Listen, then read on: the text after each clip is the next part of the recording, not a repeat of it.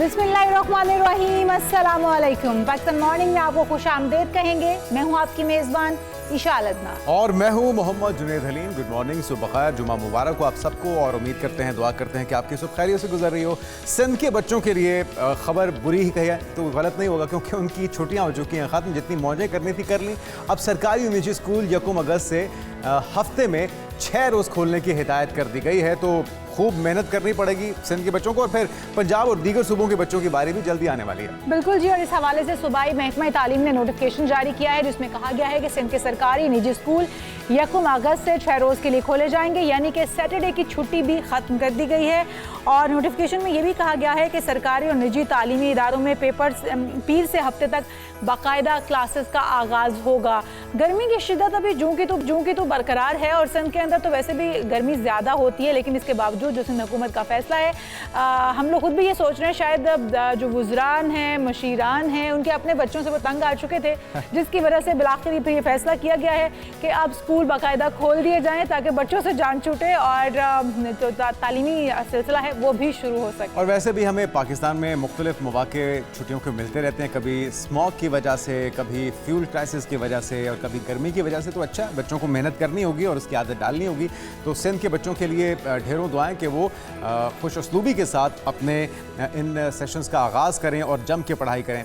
आगे बढ़ते हैं और टॉप 5 स्टोरीज़ की बात करते हैं नाज़रीन, जिसमें सबसे पहले आज तस्करा होगा ईरान और अमेरिका की जंग का। ईरानी पासदारान इनकलाब का उर्दन की अल अर्ज बेस पर बैलिस्टिक मिसाइलों से हमला किया गया है, और ईरान ये दावा कर रहा है कि उसने अमेरिका के 3 F-35 जदीद तरीन तैयारे भी तबाह कर दिए हैं। इस दावे में कितनी हकीकत है, आगे क्या होने जा रहा है, इस पर बात करेंगे।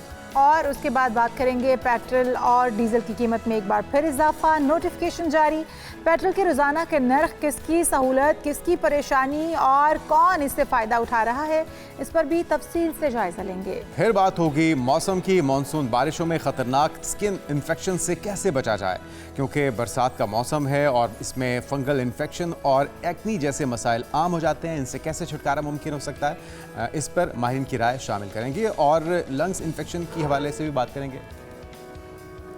उसके बाद बात होगी लाहौर में मानसून बारिशें शहरियों के लिए जहमत बन गईं। गुज़श्ता 1 माह के दौरान छतें गिरने के 4 बड़े हादसात में 29 अफराद जान की बाजी हार गए।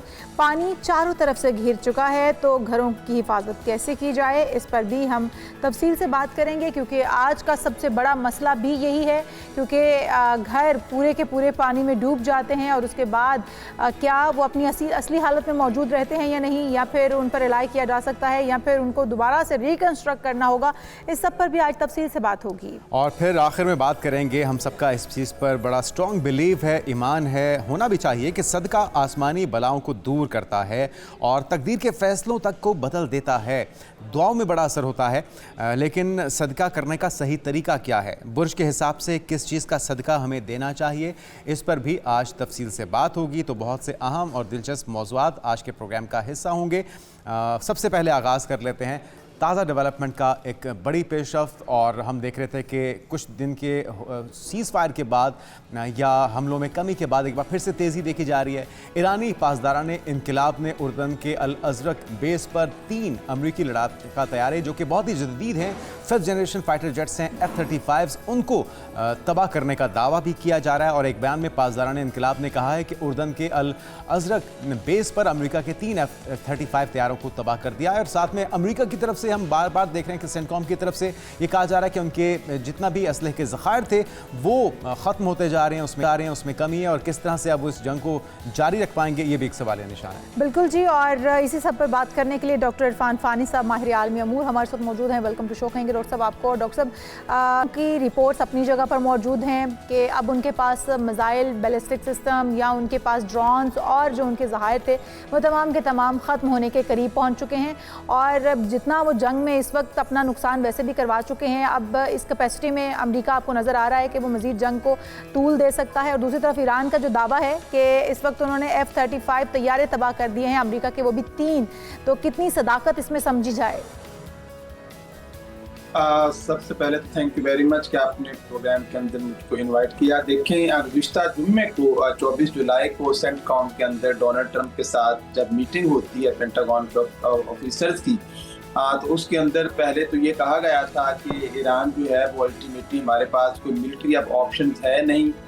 एक तो ये है कि म्यूनिशन की जो स्टॉक फाइल्स हैं वो भी कम हो रही हैं, और दूसरी तरफ ईरान के अंदर कुछ ऐसे टारगेट्स भी अब मौजूद नहीं हैं जिनको हम निशाना बनाकर ये क्लेम कर सकें कि हमने बहुत बड़ी कामयाबियां हासिल कर ली हैं। तो हम देखते हैं कि 2 से 3 दिन के लिए जो पॉज आ गया था जंग के अंदर, और उसके बाद अचानक से उस दरमियान में जब ईरान ने जॉर्डन के अंदर अटैक किया, और उस अटैक और वो एक सरप्राइजिंग अटैक था जिसको डोनाल्ड ट्रंप ने एक सरप्राइज अटैक कहा, और वो किया भी उन मिसाइलों से गया था जो थोड़ी सी पुरानी नोयत के थे, जिनको आसानी से इंटरसेप्ट कर गया था। ये बुनियादी तौर पर ईरान की तरफ से पैगाम था डोनाल्ड ट्रंप के उस सोशल ट्रूथ की पोस्ट के हवाले से, जिसमें वो ये कह रहा था कि ईरान जो है वो सीज फायर के लिए मिन्नतें कर रहा है और जंग बंदी के लिए मिन्नतें कर रहा है। तो ईरान बुनियादी तौर पर अमेरिका को और दुनिया को ये रियलाइज करवाना चाह रहा था कि अमेरिका जब चाहे जंग शुरू कर दे और जब चाहे बंद कर दे, ऐसा नहीं होगा। तो ये वंस फॉर ऑल एक हो जाना चाहिए कि कौन जीता है कौन हारा है। ईरान ने किसी तरह की शिकस्त जो है वो तस्लीम नहीं की, और ना ही हम किसी सीज फायर के लिए मिन्नतें कर रहे हैं। और इसके अंदर दूसरा जो पैगाम था वो इजराइल के लिए था, क्योंकि इजराइल उस वक्त जो नेतन्याहू है वो वाशिंगटन के अंदर मौजूद था कि अगर आपने दोबारा से अमेरिका को जो जंग के हवाले से या ईरान के ऊपर बड़े हमले करने के ऊपर राजी करने की कोशिश करते हैं, तो हम जॉर्डन से थोड़ी सी दूरी इजराइल है तो आपके ऊपर भी हमले किए जा सकते हैं। तो हम ये देखते हैं कि ईरान जो है वो मज़ाहमत की पॉलिसी से निकल कर ना डोमिनेंस की पॉलिसी। अच्छा, इसकी एक बड़ी वजह, इस एतमाद की फानी साहब, एक बड़ी वजह ईरान की तरफ से ये भी है कि जो सेंटकॉम की रिपोर्ट्स बार बार आ रही हैं कि असले के ज़खायर अमेरिका के दिफाई मिसाइल सिस्टम है वो गैर मामूली हद तक उसमें कमी वाक़ई हो चुकी है, और उसको दोबारा से बनाने में कई महीने लग सकते हैं। तो इस वजह से भी ईरान की जो पोजीशन है वो पहले से डिफेंस की बजाय अब जारहाना हो चुकी है। देखिए, आप पहले दिन से आप अगर ईरान की पोजीशन को देखें ना, तो ईरान ने बड़ा अग्रेसिवली रिस्पॉन्ड किया है अमेरिका को भी और इजराइल को भी। इस पूरे तीनों राउंड्स के अंदर जंग का पहला राउंड जो जून 2025 में हुआ, दूसरा फरवरी के अंदर शुरू हुआ, और फिर 17 जून को MOU होता है, और MOU के बाद दोबारा से ये जो अमेरिका की तरफ से एस्केलेशन की गई। तो हम देखते हैं कि इन तमाम राउंड्स के अंदर अमेरिका हमें डेस्परेट नजर आता है, अमेरिका हमें परेशानी में नजर आ रहा है और उसके ऊपर दबाव है। जबकि दूसरी तरफ ईरान जो है, हम शुरू से एक बात करते रहे हैं कि देखें, ईरान इस जंग को वॉर ऑफ एट्रिशन के तौर पर ले रहा है, और क्योंकि ना उसने जंग में अटैक किया है और ना उसने इनवाइट किया था, ये तो एक वॉर ऑफ चॉइस थी अमेरिका और इजराइल के लिए। और ईरान ने अल्टीमेटली इस जंग में जिस खूबसूरती के साथ रिस्पॉन्स किया है, और पूरे इलाके को ना सिर्फ उसने उसकी गर्दन पे स्टेट ऑफ हॉर्मुज और बाब अल मंदेब को भी अब बंद कर दिया गया है, जिसके डायरेक्ट इम्पैक्ट जब ग्लोबल इकोनॉमी पे ऊपर होते हैं तो अल्टीमेटली अमेरिका के ऊपर ये प्रेशर बढ़ जाता है। और हर आने वाले दिन के ईरान के उस वेपन को डिस्कवर करने में अमेरिका ने बड़ा अहम किरदार अदा किया है, जो वेपन अब तक ईरान की आंखों से भी पोशीदा था, जो कि स्टेट ऑफ हॉर्मुज का वेपन था। और इसलिए हम देखते हैं कि अब यूरेनियम की अफजूदगी की बात नहीं हो रही, हम देखते हैं कि एटॉमिक बॉम्ब की बात नहीं, स्टेट ऑफ हॉर्मुज की बात बार बार हो रही है कि इसको हमने खुलवाना है। क्योंकि देखिए, स्टेट ऑफ हॉर्मुज अमेरिका के लिए इसलिए अहम है कि अगर ये ईरान के पास चला जाता है तो जो अमेरिका का पेट्रो डॉलर सिस्टम है, जिसके तहत पूरी दुनिया के अंदर ऑयल जो है उसको डॉलर्स के अंदर जो परचेज एंड सेल किया जाता है, ये सिस्टम खत्म हो जाएगा। और जब पेट्रो डॉलर सिस्टम खत्म तो $39 ट्रिलियन का कर्जा है अमेरिका के ऊपर, और अल्टीमेटली जब आपके ऊपर वो कर्जा भी होगा, तो जब इकोनॉमी आपकी कोलैप्स करती है तो उसके साथ ही उसके इम्पैक्ट आपकी सिक्योरिटी को भी पड़ते हैं। बिल्कुल सही कह रहे हैं आप डॉक्टर फानी साहब, और अभी भी उनकी इकोनॉमी पर इसके असरात मुरतब हो रहे हैं। जो ब्लॉकेज लगाया गया अपनाए हुर्मुज़ के ऊपर, उसके असरात अमेरिका, यूरोप पूरे पर भी, और हम देख रहे हैं कि जो खित्ते के दीगर ममालिक हैं उन पर भी असरात मुरतब हो रहे हैं। सऊदी वज़ीर दिफा ने ये सडन दौरा किया है, बड़ा हंगामी बुनियादों पर उनका दौरा तस्वुर किया जा रहा है, जो कि अमेरिका में इस वक्त वो गए हैं। क्या समझते हैं, ये जंग की कशीदगी को ख़त्म करने के लिए है, कोई फिर से उनकी छतर छाया में जाने के लिए है? आखिर क्यों ये दौरा अचानक से प्लान किया गया? और अब तो हमारा भी मुआहदा ये है कि उनकी सिक्योरिटी और सालमियत पर कोई आंच नहीं आने देंगे सऊदी अरब पर। तो क्या समझते हैं कि ये अभी पाकिस्तान के लिए भी कितना क्रूशल वक्त है? और दूसरा जो दौरा है, हंगामी सूरत हाल जो इस वक्त बनी हुई है उसके ऊपर, उस पर क्या कहते हैं आप? देखिए, जो सऊदी वज़ीर दिफा का दौरा है ना, ये बुनियादी तौर पर डी एस्केलेशन की अगेन एक कोशिश है। देखिए, अरब रियासतों के पास, जीसीसी या गल्फ कंट्रीज के पास ना कोई ऑप्शन नहीं है इसके अलावा कि ये जंग डी एस्केलेट हो जाए और जंग खत्म हो जाए। क्योंकि इस जंग को अगर ये ममालिक बढ़ाते हैं तो हम देखते हैं कि जब तो इराक के ऊपर अटैक किया गया था तो सऊदीया की तरफ से कहा गया था कि ये ईरान और इराक की तरफ से या यमन से हमारे ऊपर अटैक हुआ था, ये उसका जवाब है। तो उसको फौरन बाद हमें जो सऊदी अरेबिया है वो बड़ा डिफेंसिव पोजीशन पे नजर आया कि देखिए, हमने इराकी हुकूमत के ऊपर हमने अटैक नहीं किया, हमने वहां पे कुछ मलेशिया था उसके ऊपर हमने अटैक किया है। तो बुनियादी तौर पर ये ईरान मत समझे कि हमने ये ईरान के जो मफादात हैं उसको नुकसान पहुंचाने की कोशिश की है। तो बुनियादी तौर पर तमाम गल्फ कंट्रीज भी ये समझते हैं कि ये जंग अब खत्म हो जानी चाहिए, क्योंकि इस मरहले के अंदर जो तीसरा राउंड है, बहुत सारे नए एक्टर्स हमें इस जंग के अंदर शामिल होते हुए नजर आए हैं। और इससे पहले इराक जो था वो शामिल नहीं था, हौतीज शामिल नहीं थे, यूक्रेन का एलिमेंट शामिल नहीं था। आप इजिप्ट, मेडिटेरेनियन के अंदर जो इजिप्शियन पोर्ट है, वहाँ पे ड्रोन जो है उनकी स्ट्राइक्स हुई हैं। और ईरान अगर उसको क्लेम और ना ही इजिप्ट जो है वो खुद ईरान के ऊपर इल्जाम दे रहा है।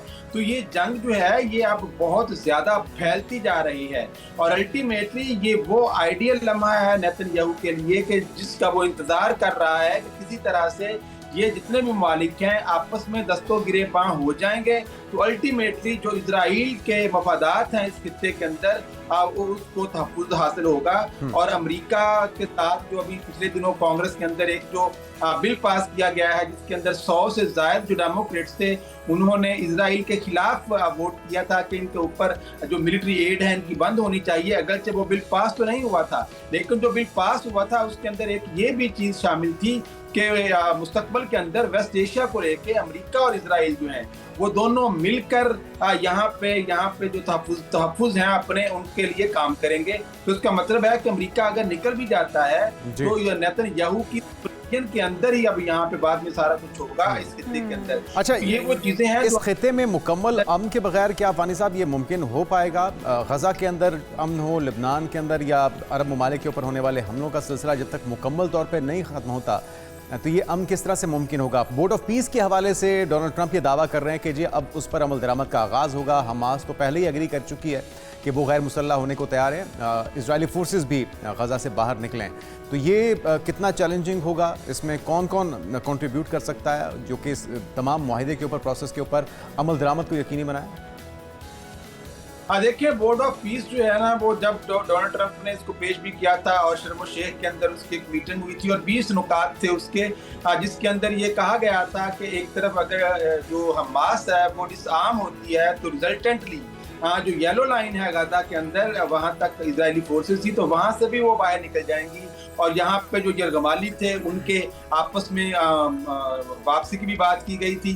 तो हम देखते हैं कि वो वाला प्रोसेस तो हो गया, लेकिन हमास अभी तक जो था वो रेजिस्ट कर रहा था डिसआर्म होने के लिए। अब उन्होंने एक स्ट्रैटेजी के तहत आम होने का फैसला कर दिया है और उसके नतीजे में अब ये बर्डन ऑफ जो सक्सेस है बोर्ड ऑफ पीस की ये इजराइल के ऊपर उसको दबाव में लाने के लिए है कि अब आपकी जितनी फोर्सेस हैं इस वक्त गाजा के इलाके में वो तमाम फोर्सेस बोर्ड ऑफ पीस के तनाजुर में अब यहाँ से वापस जानी चाहिए इजराइल के अंदर। तो जब और इजराइल क्या जहाँ से अपनी फौजों को वापस बुलाएगा। और मेरा यहाँ तक ख्याल है कि जो नेतन्याहू है वो अगेन बोर्ड ऑफ पीस की जो सक्सेस के अंदर भी जो रुकावट का किरदार अदा करेगा और दोबारा से जो अमेरिका और इस्राइल के जो ताल्लुकात हैं अगर तो उनके अंदर बहुत सारा रिफ्ट पड़ चुका है और नेतन्याहू का जो हालिया दौरा है वाशिंगटन का उसमें हमें बहुत सारे ऐसे साइंस नजर आए हैं कि एक बड़ा पॉलिसी शिफ्ट आने वाला है मुस्तकबल के अंदर अमेरिका की पॉलिसी में इजराइल को लेकर। तो इस खित्ते के अंदर इजराइल जो है वो आपको आइसोलेट होता हुआ नजर आ रहा है और आने वाले वक्तों के अंदर चाहे वो यूरोप हो अमेरिका के अंदर इस वक्त 80% जो उनकी यंग पॉपुलेशन है वो इजराइल मनफी जज्बात रखती है और प्रो पैलेस्टीनियन उनकी अप्रोच है जिसको तक कोई सोच भी नहीं सकता था। और फिर कांग्रेस के अंदर डेमोक्रेट्स हो रिपब्लिकन्स हो उनके अंदर भी आप इजराइल को लेके या एपेक उनकी जो लॉबी है लेकर बहुत सारे तहफुजात पाए जाते। तो अब तक जितनी दफा भी अमेरिका और इसके ताल्लुकात में खराबी पैदा हुई है इजराइल के ताल्लुकात में, तो वो क़यादत के लेवल पे होती थी, पब्लिक लेवल पे कभी नहीं हुई थी। ये फर्स्ट टाइम ऐसा अमेरिकन पब्लिक के अंदर जो सेंटिमेंट्स हैं, जब वो अगेंस्ट इजराइल हो जाएंगे तो अल्टीमेटली उसका जो इम्पैक्ट है वो आपको बिल्कुल। और अब अमेरिका के अवाम जाग चुके हैं, उन्हें एहसास हो चुका है कि ये जंग उनकी नहीं है जो वो छेड़ कर बैठे हुए हैं। ये जिस जंग में बाकायदा तौर पर अमेरिकी अवाम को भी घसीटा जा रहा है। और अब देखना ये है कि अमेरिका का जो दिफाई सिस्टम है वो कब तक जवाब देता है और कब जो है वो घुटनों पर आते हैं, क्योंकि अब पलड़ा जो है वो ईरान का भारी नजर आ रहा है इस सब। बिल्कुल, और इसी का फायदा, इसी का कॉन्फिडेंस ईरान के इक़दामात में, उनके हमलों में दिखाई भी देता है। लेकिन पाकिस्तान अब भी ये कोशिश कर रहा है कि डिप्लोमेसी के जरिए इस मामले को हल किया जा सके, अमन के जरिए मुस्तकिल अमन को यकीनी बनाया जा सके। एक ब्रेक लेते हैं नाज़रीन, बहुत शुक्रिया। डॉक्टर इरफान फानी साहब हमारे साथ मौजूद थे। एक ब्रेक के बाद बात होगी कि रोज़ बढ़ती हुई पेट्रोलियम मसनूआत की कीमतें आवाम का जीना दोबारा चुका है, क्या हुक्मरानों के कानों पर जूं रेंग रही है या उन पर कोई फर्क नहीं पड़ रहा है? इस पर एक ब्रेक के बाद बात करते हैं। बिल्कुल, स्टे विद अस। और पेट्रोलियम मसनूआत की कीमतों में बढ़ता हुआ या होता हुआ इजाफा जो है वो मुसलसल आवाम के लिए एक वबाल जान बना हुआ है। पेट्रोलियम डिवीजन की जानिब से जारी नोटिफिकेशन के मुताबिक एक बार फिर से इजाफा हुआ है। पेट्रोल की कीमत जो है ₹1.09 फी लीटर बढ़ा दी गई है और इसके बाद पेट्रोल की नई कीमत ₹336.15 फी लीटर है। इसी तरह से हाई स्पीड डीजल की कीमत में भी ₹2.42 इजाफा हुआ और नई कीमत ₹393.04 फी लीटर है। लेकिन ये सिलसिला कहाँ रुकेगा? बिल्कुल ऐसे ही है, लगता है कि ये 400, 500 फिर उसको भी क्रॉस कर जाएगा और ये सिलसिला रुकने वाला नहीं है, क्योंकि जिस तसलसल के साथ कीमतें बढ़ाई जा रही हैं डेली बेसिस पर, अब ये सिलसिला थमता हुआ नहीं लग रहा तब तक जब तक जंग नहीं थमती है, क्योंकि ये जंग की सूरत हाल है और उसी के अंदर फ़ायदा उठाया जा रहा है या आवाम को जो है वो पीसने की एक और कोशिश की गई है। बहरहाल जो भी सूरत हाल है उस पर बात करते हैं। डॉक्टर शाहिद हसन सदीकी साहब माहिर मईशत हमारे साथ मौजूद हैं। वेलकम टू शो कहेंगे आपको। जिस तरह की सूरत हाल पैदा हो चुकी है, इख्तलाफात तो बहुत सारे हैं कि तरीक़ाकार ये नहीं होना चाहिए, डेली बेसिस पर कीमतों का तयन नहीं होना चाहिए, हफ्तावार या फिर 10 दिन या 15 दिन बाद कीमतों का तयन किया जाए।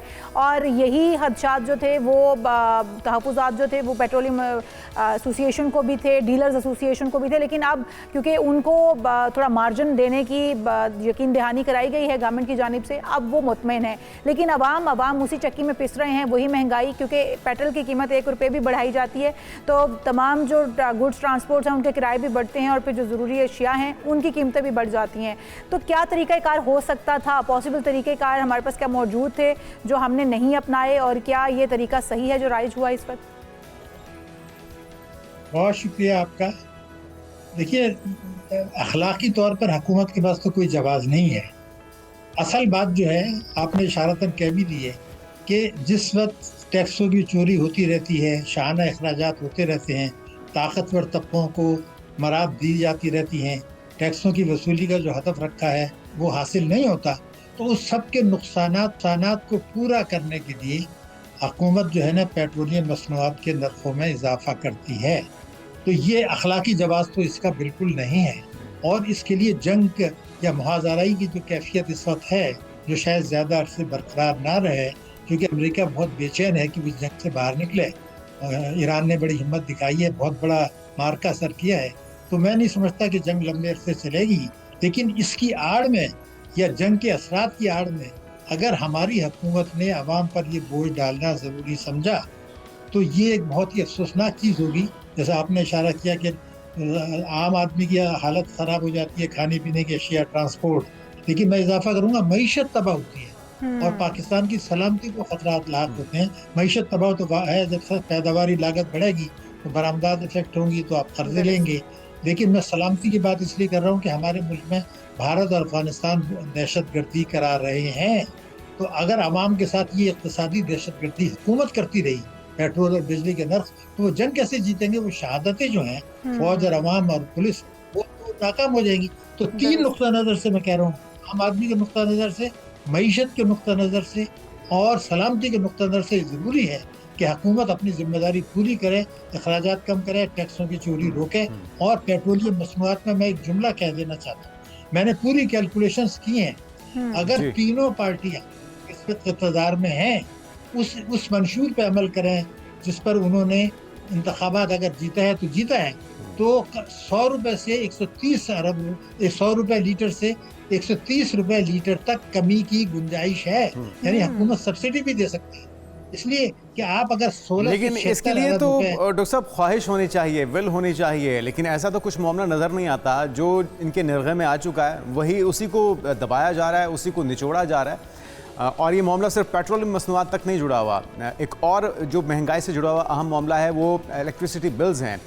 7.2 ट्रिलियन रुपीस जो है उससे ज़्यादा कैपेसिटी पेमेंट्स में दिए गए हैं आईपीपीएस को पिछले 5 सालों में, और 476 अरब रुपए एफबीआर की रिपोर्ट है कामा कमेटी को, सेनेट की कामा कमेटी को जो पेश भी की गई है, वो निकाला गया है बिजली के बिलों में टैक्स की मद में। तो इस कदर भारी भरकम टैक्सेस के बावजूद हम देखते हैं कि लोड शेडिंग भी हो रही है और पेट्रोलियम मसनूआत की कीमतों में रोज़ इजाफा हो रहा है। तो हम इनसे तवक्को कर सकते हैं कि ये रिलीफ देंगे किसी किस्म का? नहीं, देखिए तवक्को तो करनी भी नहीं चाहिए, लेकिन मायूसी भी कुफ्र है। तो अल्लाह मियां ने रास्ता ज़रूर बताया है। मुझे बताया कि जो आप इशारतन बता रहे हैं, अवाम इतनी जल्दी इसको अब्जॉर्व नहीं करेंगे। इसको बहुत तफसील के साथ अवाम को बार बार बताना पड़ेगा। किसकी बेल हुई कि नहीं हुई ज़रा छोड़ दें। कौन सा सियासी लीडर जो है अपने इंतखाबात के लिए एक ड्रामेबाजी कर रहा है, उसको भी छोड़ दें। आप वो तो अवाम का क्या ताल्लुक है, वो अपने इलेक्शन के लिए कर रहे हैं। हमारा ताल्लुक पाकिस्तान है, हमारा ताल्लुक पाकिस्तान की मईशत है। तो अभी आपने जो चंद बातें तवानाई की कहीं, उससे पहले पेट्रोल की कहीं, वो आम बातें हैं। पेट्रोल की कीमतें, बिजली की कीमतें और गैस की कीमतें ये इंटरकनेक्टेड हैं। एक बढ़ेगा तो सब बढ़ेगा, क्योंकि आप है ना, तो ये तो बात है। लेकिन ये सारी कनेक्टेड किस चीज से? टैक्सों से और पेट्रोलियम लेवी से और भत्ते से, और बैंकों से कर्जे लेके सर्कुलर डेट कम करना, और उसके बावजूद सर्कुलर डेट जो है आपका फिर बढ़ गया। बिल्कुल सही। तो ये तो तमाशा है ना। ये हमें ये चाहिए कि आवाम को बताएं कि भाई आपकी में जो तकालीफ है, परेशानियां हैं, आप अपने अगर बच्चों को खाना नहीं खिला सकते, बिल अदा करने के लिए, वो बिल जो बिजली बार बार लोड शेडिंग होती है, सही, वो करने के लिए आपको कुछ करना पड़ेगा। ये सिर्फ जो है डॉक्टर साहब, आवाम को तो हम भी कोशिश कर रहे हैं कि शायद उन्हें समझाया जा सके कि इस वक्त उनके साथ किया क्या जा रहा है। लेकिन जिस तरह आप कह रहे थे कि 100 रुपये से 130 रुपये के बीच में कीमतें लाई जा सकती हैं, और ये आइडियल सिचुएशन हो सकती है अगर इस तरह से हो जाए तो। और मुमकिन किस तरह से है? क्या आलमी मंडियों में तेल की कीमतें नीचे आई हैं, उस हिसाब से आप कह रहे हैं? क्योंकि जंगी सूरत हाल में तो कीमतें हम ऊपर ही जाते हुए देख रहे हैं, नीचे अभी तक नहीं आ रही हैं। तो फिर किस तरह से आप बताएंगे, थोड़ा समझाएंगे ताकि हुकूमत को, जी बिल्कुल, ताकि हुकूमत को शायद इससे कोई बात से फ़र्क पड़े, असर हो जाए और वो इस तरीक़ेकार पर गौर करें? देखिए, मैं समझता हूँ जंग की जो सूरत हाल या मुआवजा की सूरत हाल है, इसमें पेट्रोल के तेल के नर्खों में उतार चढ़ाव आता रहेगा। मेरे ख्याल से चंद दिनों में आप देखेंगे कमी भी होगी, मगर उससे कोई फर्क पड़ने वाला नहीं है। असल फर्क जो पड़ेगा वो ये पड़ेगा कि जो आप 1676 अरब रुपए का पेट्रोलियम लेवी ले रहे हैं, पेट्रोलियम लेवी क्या चीज है? टैक्स तो नहीं है। ये तो टैक्स तो नहीं है, क्योंकि टैक्स होता है तो सूबों को हिस्सा जाता है। ये भत्ता है। और मैं आपको बताता हूँ 2003 में, अभी 23 साल पहले ये बात हुई थी, उस वक्त पेट्रोलियम लेवी 2-3 रुपए हुआ करता था कि हम बिजली की चोरी रोक के इसको सिफर कर देंगे, और जो है सेल्स टैक्स जो है वो कम कर देंगे, और टैक्सों की वसूली बढ़ेगी। अब क्या हुआ? वो चंद रुपए से 80 रुपए और 100 रुपए पर आ गया। टैक्सों की चोरी बढ़ गई और सेल्स टैक्स बढ़ गया, और टैक्सों की वसूली गिर गई। हमें अब आवाम को ये बताना है कि जनाब ये 1676 अरब रुपए जो है ये सिफर होना चाहिए। भत्ते का कोई सवाल पैदा नहीं होता। मेरा समझाने के लिए ये है कि मेरी फिगर्स को आप छोड़ दीजिए। हालांकि मैं फिगर जो दे रहा हूँ वो सिर्फ स्टेट बैंक की और मिनिस्ट्री फाइनेंस की है, मैं अपनी फिगर कभी देता नहीं। लेकिन जब शहबाज शरीफ साहब ने ये कहा कि 15,000 अरब रुपया एफबीआर कम वसूल कर रहा है, इसके बाद भी वसूल नहीं कर रहा, 15,000 की वसूली नहीं हो रही, मगर मुबारक सलामत जारी है, मुबारकबाद दी जा रही है एफबीआर। कभी वजीर खजाना देते हैं, कभी वज़ीर आज़म देते हैं, कभी वहाँ के चेयरमैन साहब खुद जो है अपने आप को मुबारकबाद देते हैं। हालांकि टैक्स जीडीपी का तनासुब गिर रहा है। तो मेरा सवाल जो है वो कि 15,000 अरब रुपए का अगर आप थोड़ा भी इससे वसूल कर लें तो 130 रुपए कमी की जा सकती है, क्योंकि भत्ता खत्म हो जाएगा। लेकिन दुनिया में ये होता है, मैं आपको बताऊं, अच्छी हुकूमत है, जब आलमी मंडी में तेल की कीमतें ऊपर जाती हैं उस हालात में वो सब्सिडी दे देते हैं कि भाई ताकि आवाम को महफूज रखें, मईशत को महफूज रखें। हमारे यहाँ उल्टा हो रहा है। मैं चाहता हूँ उसको सब्सिडी भी दी जाए। तो अगर ये 15,000 अरब रुपए जो वज़ीर आज़म ने कहा और सूबों ने की बात उन्होंने नहीं की, वो मैं बता देता हूँ, 10,000 अरब रुपए ये 25,000 अरब रुपए का अगर 1/3 भी कर लें आप, जो जिम्मेदारी है हुकूमत की, सुबह बिल्कुल हुकूमतों सही। की, तो ये और एक तो टैक्स चोरी रुकनी चाहिए, दूसरा जो पेट्रोलियम लेवी है इसको ख़त्म करना होगा, सब्सिडाइज़ करना होगा, ताकि आवाम तक अगर कीमतें कम भी होती हैं तो उनको उनके फ़वाइद, उनके समरात आवाम तक पहुँचाए जा सकें, वरना आवाम की दुआएँ यूँ ही जारी रहेंगी, मईशत यूँ ही लड़खड़ाती रहेगी और हमारी जो सिक्योरिटी सालमियत है, पाकिस्तान मुल्क की सालमियत है, उस पर भी यूँ ही सवालात उठते रहेंगे। तो बहुत ही खूबसूरत तज्ज़िया डॉक्टर शाहिद हसन सदीकी साहब माहिर मईशत हमारे साथ मौजूद थे। बहुत शुक्रिया सर आपका। यहाँ पर एक ब्रेक शामिल और ब्रेक के बाद आपको बताएंगे कि मौसम बरसात के अंदर स्किन के जो अमराज हैं वो क्यों बढ़ जाते हैं और उससे छुटकारा किस तरह से मुमकिन हो सकता है। एक ब्रेक के बाद में एक बार फिर से आपको खुशामदीद कहते हैं नाजरीन। और अभी आपको पता है मानसून का सीज़न चल रहा है और मानसून के अंदर स्पेशली आपकी स्किन एलर्जीज जो हैं वो बहुत ज़्यादा आम हो जाती हैं। कहीं पर आपको ईचिंग शुरू हो जाती है, कहीं पर आपको दाने बनना शुरू हो जाते हैं, यानी कि एक्ने स्टार्ट हो जाता है, बॉडी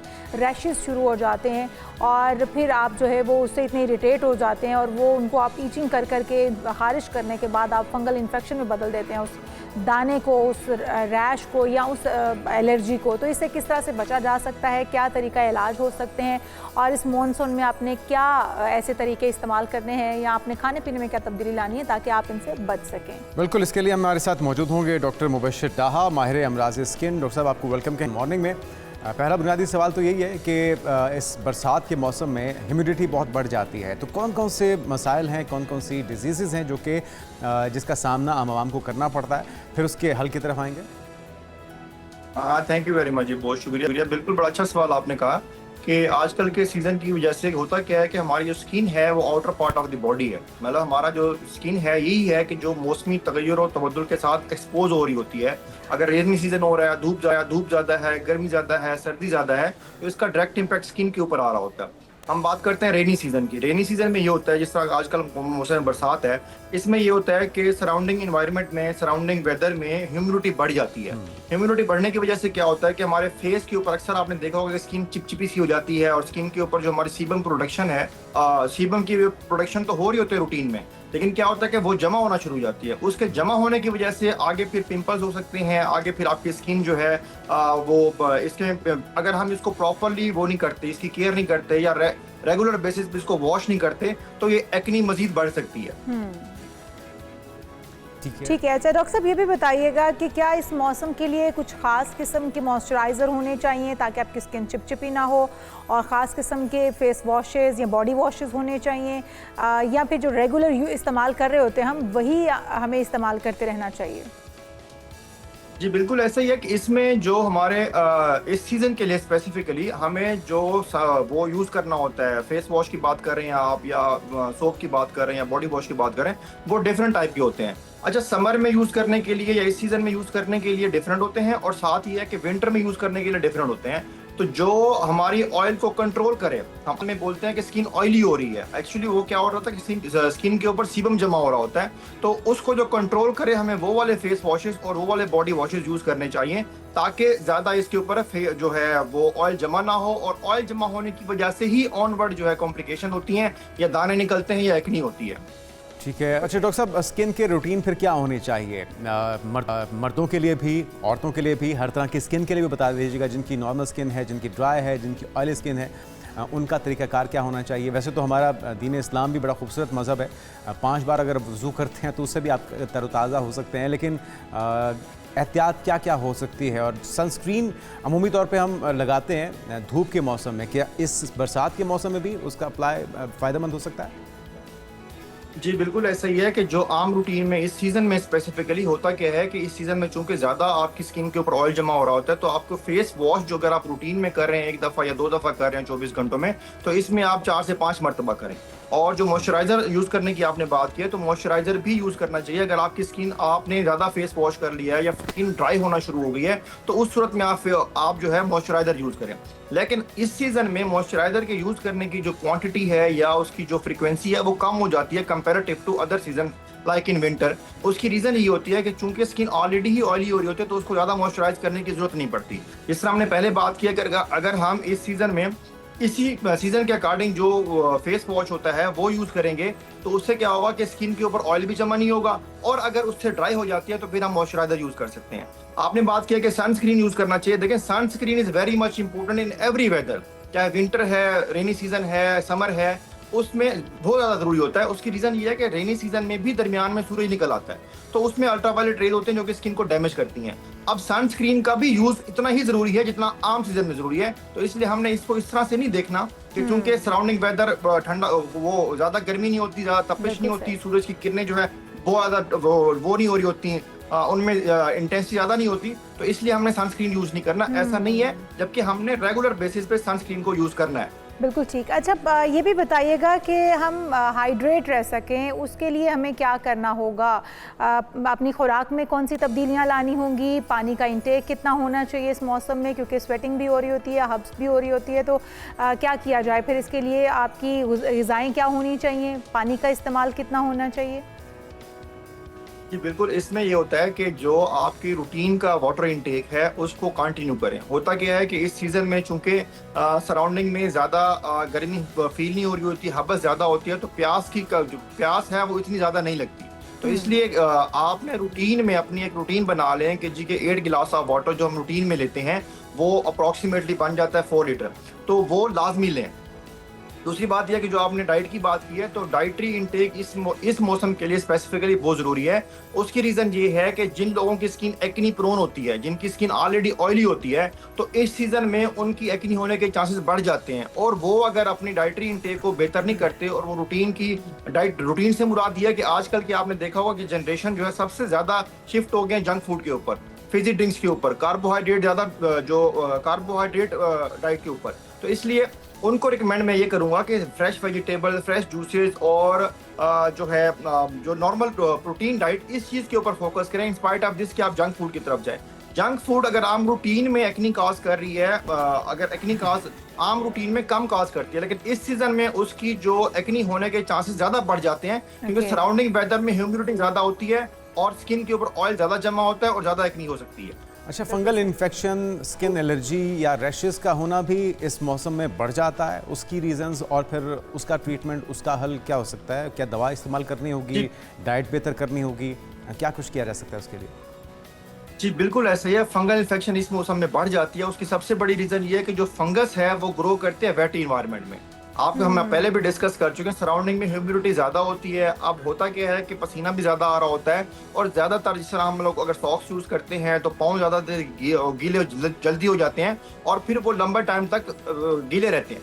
तो इसलिए इस मौसम में इस फंगल इन्फेक्शन के होने के चांसेस बढ़ जाते हैं और उसकी ग्रोथ बढ़ जाती है। रीजन बिहाइंड ये है कि वेट इन्वायरमेंट में फंगस जो है वो ग्रो ज्यादा करती है।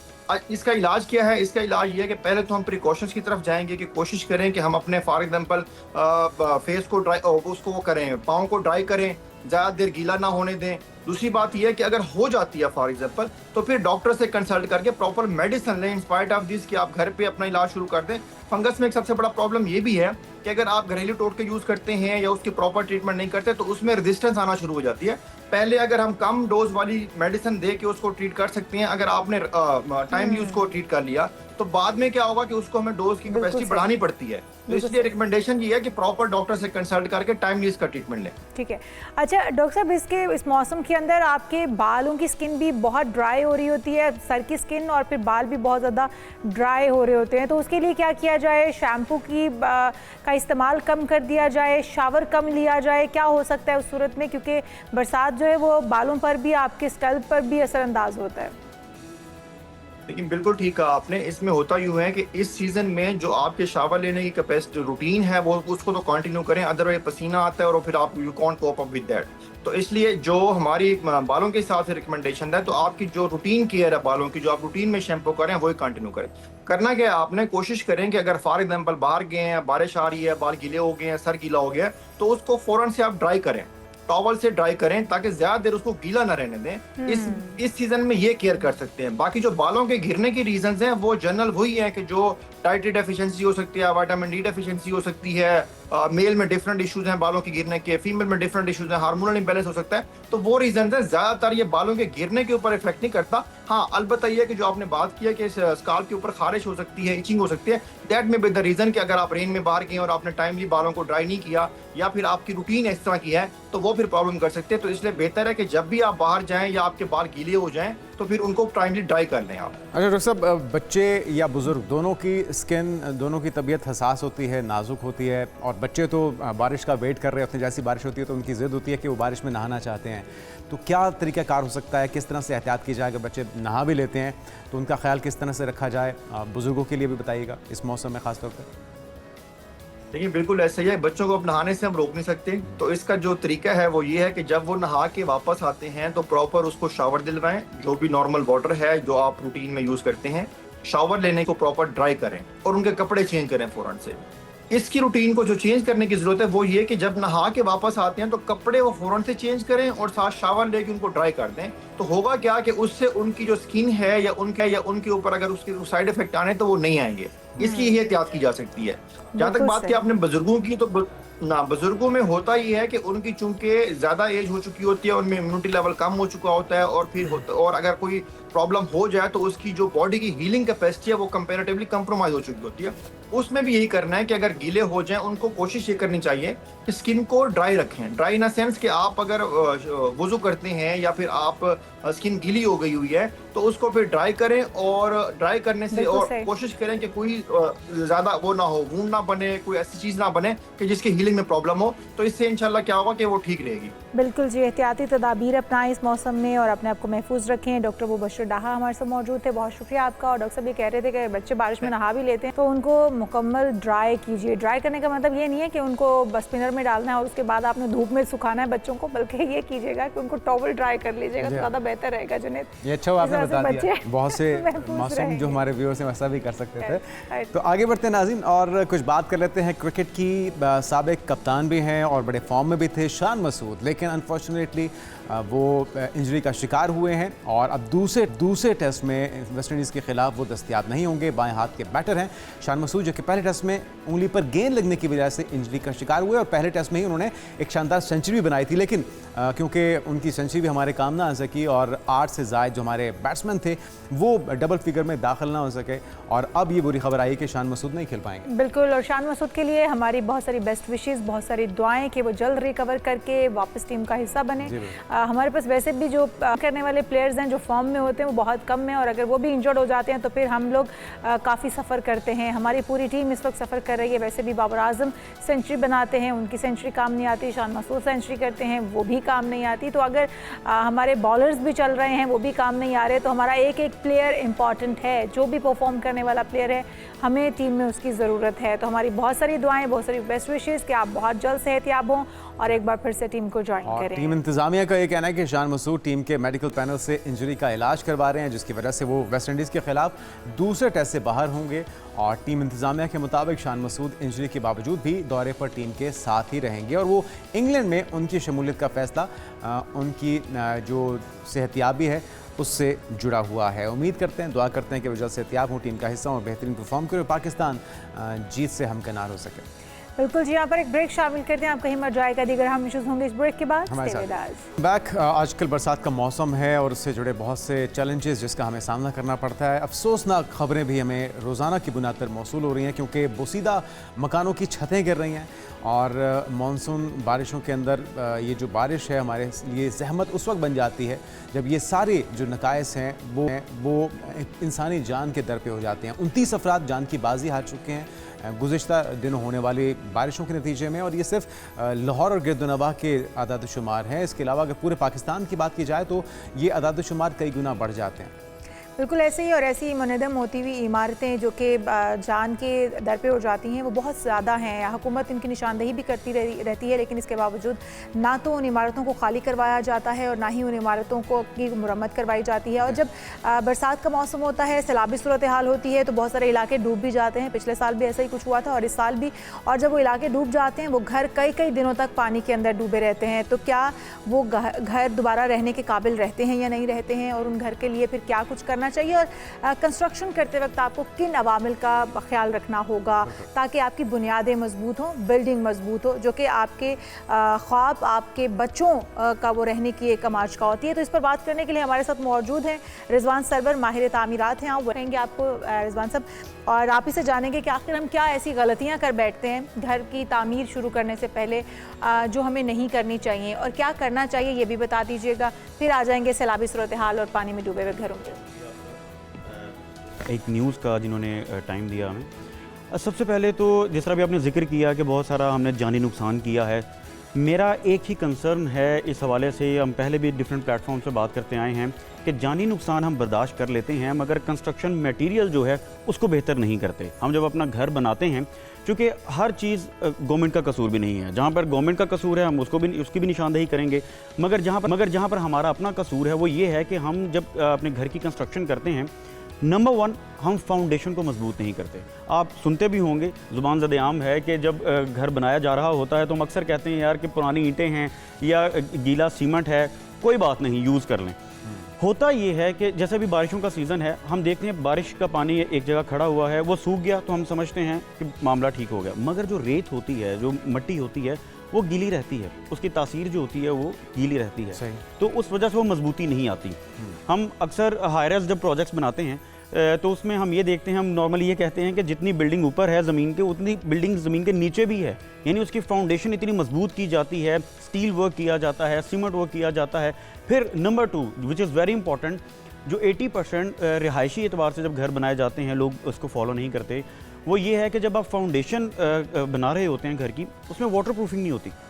यानी जब फाउंडेशन हो रही है उसका ड्रेनेज का निज़ाम बेहतरीन होना चाहिए। उसके साथ साथ जो हमारी वॉल्स होती हैं, दीवारें होती हैं फाउंडेशन की, उसके ऊपर आपको वाटर प्रूफिंग की बहुत ज़्यादा ज़रूरत है।